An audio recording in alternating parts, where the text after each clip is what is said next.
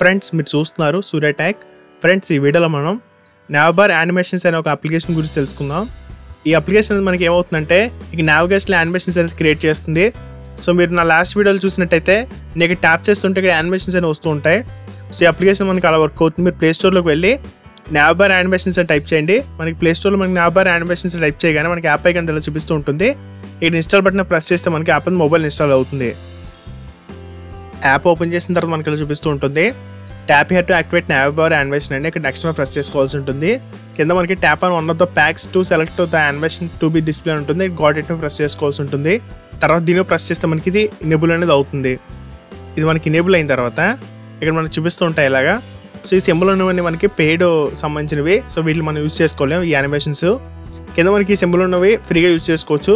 ఇక్కడ మనకు ఒక యానిమేషన్ ఉంది, ఫ్లక్స్ అని సెలెక్ట్ చేసుకున్న తర్వాత ఇక్కడ మనకి ర్యాండమ్ యానిమేషన్ ఉంటుంది, సెలెక్ట్ చేసుకోవాల్సి ఉంటుంది. సెలెక్ట్ చేసుకున్న తర్వాత మనకి కింద అది వర్క్ అవుట్ స్టార్ట్ అవుతుంది.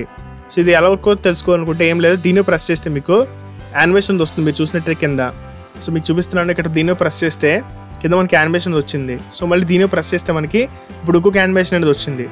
సో మళ్ళీ దీన్ని సెలెక్ట్ చేసుకున్నాను. సెలెక్ట్ చేసుకున్న తర్వాత ఇక్కడ బ్యాక్ వచ్చి మళ్ళీ వేరే యానిమేషన్ సెలెక్ట్ చేసుకుంటున్నాను. యాప్లో వచ్చిన తర్వాత కింద నేను ఒక ఆప్షన్ ఉంది, స్ప్లాష్ అని దీన్ని సెలెక్ట్ చేసుకుంటున్నాను.